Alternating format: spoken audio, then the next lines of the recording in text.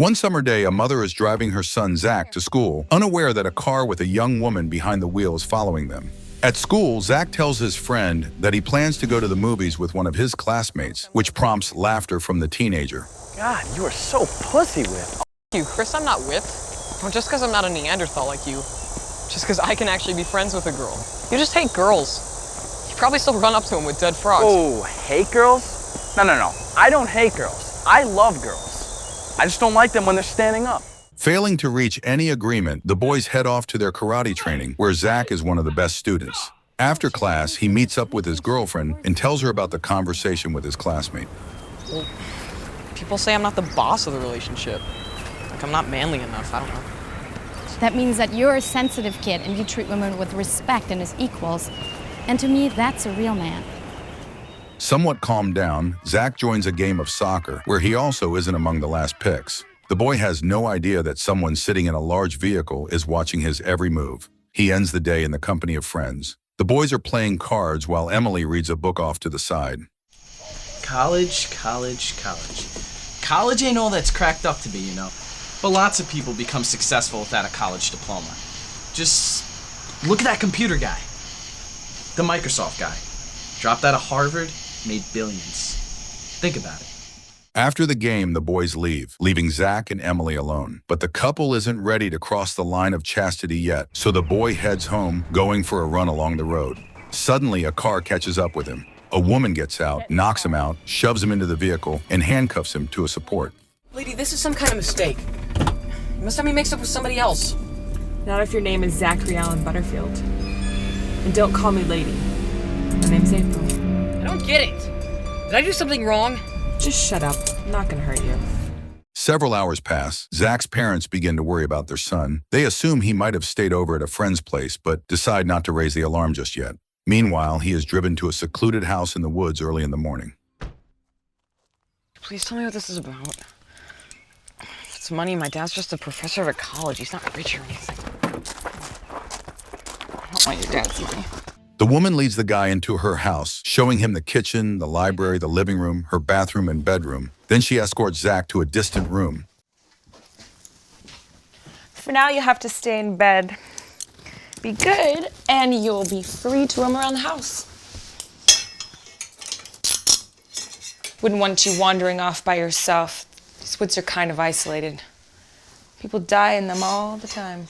The girl leaves, locking Zach's room with a digital lock. But soon enough, she returns with a small suitcase, which, according to April, contains a gift meant for him. This is a very special necklace. Hold still. Hey, I want to show you something. So you're free to walk around. Well, sort of. There's an electronic perimeter fence. Little transmitters in the ground send off low-frequency pulses on the same frequency as your necklace. Oh, if you get to the perimeter's edge, they'll detonate your necklace. April shows Zach a mannequin standing not far from the house and explains that it's wearing the same necklace. Then she presses a button and the mannequin is left headless. C4. Plastic explosive. You can shape it into anything. It's soft like clay. Each one of your beads is stuffed with it. This is the manual override. Oh. Yeah, I forgot. It's dead switched. Try and take it off, it'll break the circuit and explode by itself. April takes the shocked guy back to his room, reminding him that he can only walk around within the fence. Then she leaves. Zach tries to open the lock, but it's no use. Meanwhile, the sheriff arrives at Zach's parents' house. Oh, look, I'm sorry about that polygraph stuff this morning. That's just standard procedure. Well, it was horrible. It was horrible to think that you could think, that anyone could think that we... Honey, parents are always the first suspects. We can't take any of this too personal. A police officer asks for permission to check Zach's computer, but it turns out he dedicated all his time to sports and simply didn't have a computer. He didn't like using his father's gadget either, as he typed too slowly on it. We talked to his teachers, his friends, his coaches. Was there anybody, was there a new man in his life, somebody we didn't know about?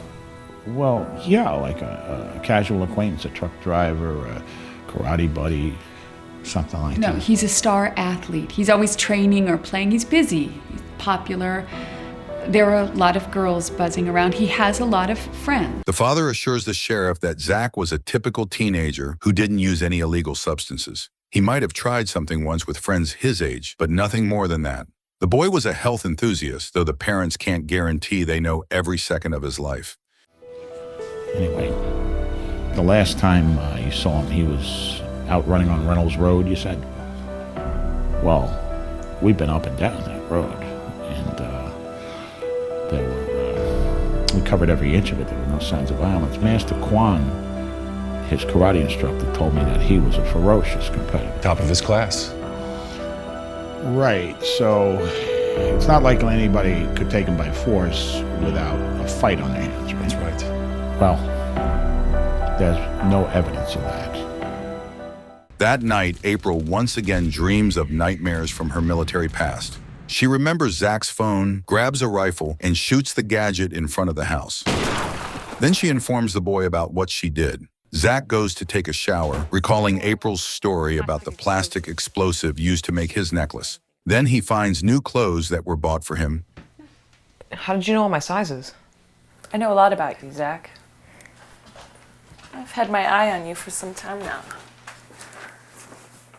Open it.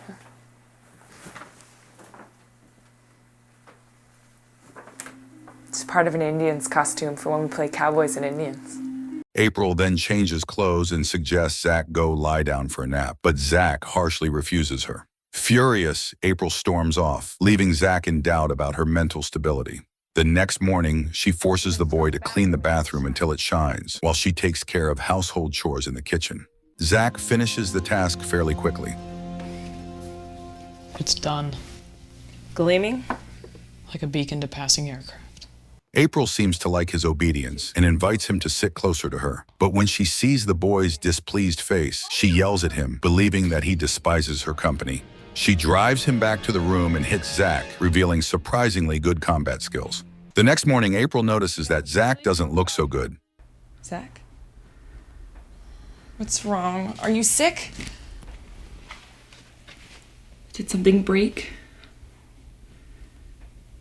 Oh, I didn't beat you up that badly. Let's see. Shock, fast but weak pulse. Nope. Okay. Feeling weak or nauseous? Maybe you're depressed.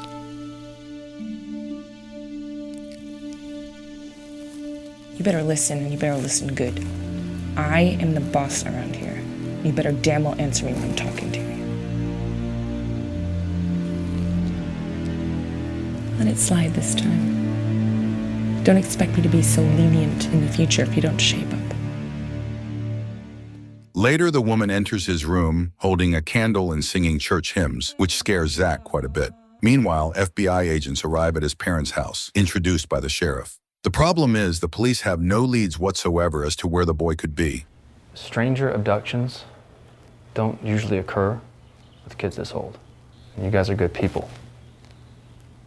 I wouldn't want to see this hijack your life. Agent Quincannon, do you have kids? No. No. Let me tell you something. Your child is not just a responsibility like a pet. Loving your child with all of your heart is not a choice. It's not a decision. It's a truck that hits you on the day they're born and stays parked on your heart for the rest of your life. At that time, Zach is rehearsing a speech to April, hoping to melt her heart. You're really beautiful. You're drop dead gorgeous, you know that? I'm flattered. That's flattering. You know, you can be really nice. I think you're growing on me. Oh, this is fabulous. He gives a flattering speech over the dinner April prepared, and she offers to show him something she can teach him. Meanwhile, the sheriff speculates that the boy might have been abducted by a man, but unexpectedly, an FBI agent suggests considering a female perpetrator. And at that very moment, April is teaching Zach how to cook the dish he likes so much. Where'd you learn all this? My mother was a great cook, that evil bitch. I watched her prepare meals for my dad and for Smiling Jack. She never taught me shit.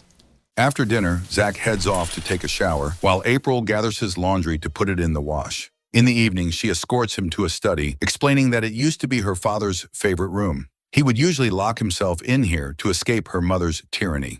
One day, he simply got up and left. But soon after, her mother found a new beau, cheerful Jack. He was a career Army guy, a captain. He was the one that taught me how to hunt and shoot and ride and fish. He was the one that got me started in martial arts. He was like a real dad. A good dad. I want to show you something. The first person to be in this room since he died. April takes Zach to a room that had previously been locked. In front of a portrait of a proud military man, candles burn, and his belongings are still preserved. One day, my mom had had enough of both of us. She just took off. She said she was gonna go buy cigarettes. Never came back. Gone, just like my dad. But Jack, though, he never stopped loving her, even after she left us. As he got older and sicker, I spent most of my time taking care of him, letting my entire girlhood years pass me by. No proms, no boyfriends, no girlfriends, no sleepovers. Nobody. Zach admits he's flattered by her trust. April confesses that she loved her stepfather, but he died, thinking of her mother, even though she had been the one taking care of him for the last 10 years. One day, she just left and enlisted in the army and went off to Afghanistan. It was totally cool. Oh, I loved it. I mean, I had a lot of fun. They kept giving me more training. I got along with the guys. Before I knew it, I was in Iraq. You did the war over there? Yeah, I did the war. War did me. Zach shows genuine interest in April's personal life, but she quickly realizes that the boy is being very clever, trying to get inside her head by showing care. Nevertheless, she tells him about her intimate experience with a young corporal. Then Zach suddenly asks a strange question. What would you wish for if a genie offered you 3 wishes? I'd wish for all those years back. All my teenage years. All of them. I'd wish for a mom and a dad and high school prom. After these confessions, April takes the boy to an acoustic hall filled with musical instruments and plays for him. 37 days have passed since Zach disappeared. Despite the bad weather, FBI agents are meticulously combing the road where the boy went missing, but to no avail. Meanwhile, the pair start discovering shared interests. Let the midnight special. Let the midnight special. Shine its light on me. Shine its light on me. That day, they share their first kiss. Later, April takes Zach to bed again. This time, Zach doesn't mind and compliments her, but April doesn't quite respond to them. She explains that all she ever wanted was to raise the right kind of husband for herself and make him happy. Meanwhile, a young man pulls into an auto repair station and notices Zach's mother sticking his photo on the front door's glass. The mechanic says he can't find the issue with the vehicle. The young man leaves. At that time, Zach is moving furniture out of the study at April's request and polishing the floors. The sheriff arrives at Zach's parents' house. Morning, Professor Butterfield. How's your wife holding up? As well as can be expected, I guess. She's out putting out those posters. Come on inside. I gotta tell you, Peter. I've been doing this for 30 years. This one's really got me stumped. I've never been as clueless as I am now. Zach's father insists he knows his son well. They've always been friends and talked about everything. There were no secrets between them. However, his wife didn't participate in these men's conversations. The man grew up in the 80s and could answer most of his son's questions. The only thing that ever consumed Zach was sports. Meanwhile, April notices Zach's efforts. You did a wonderful job, Zach. I'm impressed. I surprise myself sometimes. Well, let's get you cleaned up. Tonight is a very special night. Later, April appears with a beautiful hairstyle and a luxurious evening dress. She meets Zach dressed in a classic suit and invites him to waltz. The couple dances to beautiful music. Then once again, April takes Zach to bed. Zach has started enjoying sleep. In the morning, April wakes him up. Oh, good, you're awake. We brought you some yum-yums. It's really good. You know, everything I've said to you these past couple of days has come from the bottom of my heart. Good. I just wanted to get that out. Well, I'll let you eat. I have some things I need to attend to. April drags furniture back into the study while Zach gives himself a mock interview in the bathroom, trying to figure out a way to escape. He finds the woman quite beautiful, but totally unhinged. He hopes the police will slap chains on her and lock her in a cell. At the same time, his parents mourn him. Do you think we were too lenient, gave him too much space? No way. If Zach ran away, it had nothing to do with us. There's gotta be somebody. Zach dreams of his abduction, the bathroom he scrubbed with a toothbrush on his mistress's orders, her strange outbursts of rage, and a mannequin that explodes. In the morning, Zach notices that the sink in his bathroom is leaking. It's gonna rot everything below it. How bad is it? It only happens when I use the faucet. That day, one of Zach's mother's friends comes over with homemade treats. She shares school gossip. Zach's friends were expelled for mocking a teacher known for being a fierce feminist. If Zach had been there, he definitely would have stood up for them. Realizing she may have said something inappropriate, the girl quickly leaves. Back at April's house, she tells Zach she'll personally fix his bathroom. Did you know plumbers get $200 an hour? Yeah, that amazes me. This is my upper body strength force multiplier.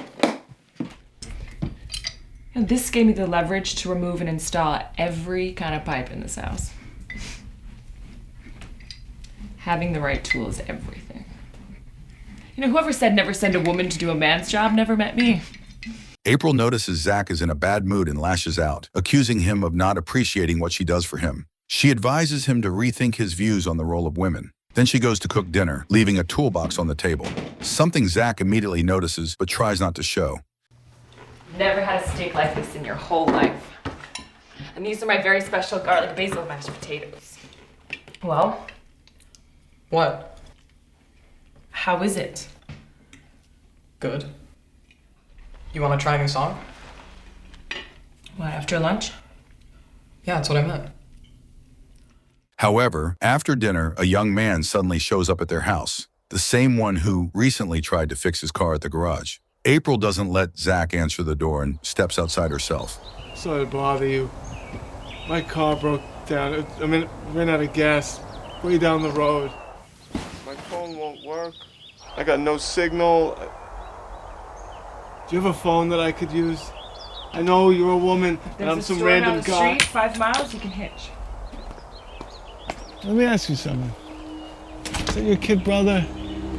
Just now?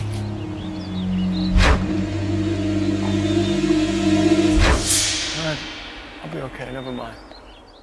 The young man sees Zach's face in the window and immediately recalls the missing person flyer calling for help to find the boy. He walks toward the road when suddenly April storms at him in a rage and snaps his neck.